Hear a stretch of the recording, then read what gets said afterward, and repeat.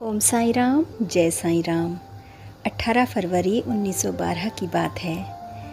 माधवराव देशपांडे ने मुझे सुबह जगाया और प्रार्थना के लिए काकड़ आरती में उपस्थित हुआ। साईं साहब ने इसे शांति से लिया और इसके बाद हर रोज़ की तरह उन्होंने जो उग्र शब्द कहे वे बहुत नरम थे। श्री दीक्षित अपने सुपुत्र के उपनयन समारोह के लिए नागपुर जाने की सोच रहे हैं।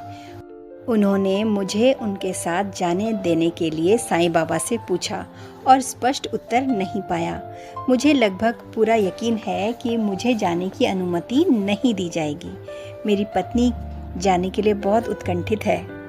जब मैं उपासनी शास्त्री, बापू साहेब जोग और अन्य लोगों के साथ हमारी पंचदशी की कक्षा में था, श्री नाना साहेब चांदोरकर आए और श्री दीक्षित के साथ बैठे।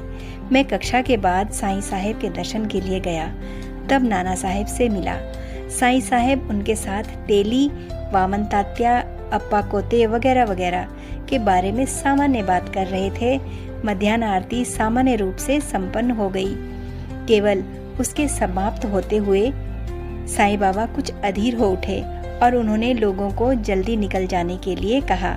मैंने श्री दीक्षित के साथ नाना साहेब चांदोरकर की संगति में खाना खाया और मैंने नाना साहेब से मेरे साथ उनकी वार्ता जारी रखने को कहा, जो उस समय टूट गई थी।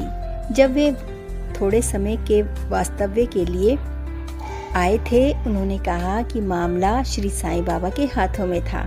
वे अपने बड़े चांद वाला एक बनावटी बगीचा लेकर आए हैं, जैसे हमारे विवाह उत्सवों में होते हैं। ये राधा कृष्ण बाई के द्वारा मंगाए गए थे। मैं थोड़ी देर के लिए लेटा। उसके बाद करीब 4 बजे नाना साहेब चले गए और श्री दीक्षित ने रामायण का पाठ किया। बाद में हमने अपनी परमामृत की कक्षा चलाई और फिर बाद में साईं साहेब के उनकी शाम की सैर पर दर्शन के लिए गए। सजावटी चांद को प्रकाशित किया गया और उससे अत्यंत मनोहारी रोशनी हुई। मेरी पत्नी ने अमरावती वापस लौटने का अपना निवेदन फिर से किया और उसे हमेशा की तरह साईं साहेब के द्वारा टालने वाला उत्तर मिला। वाड़ा आरती के बाद श्री दीक्षित ने रामायण पढ़ी और भीष्म ने अपने भजन किए।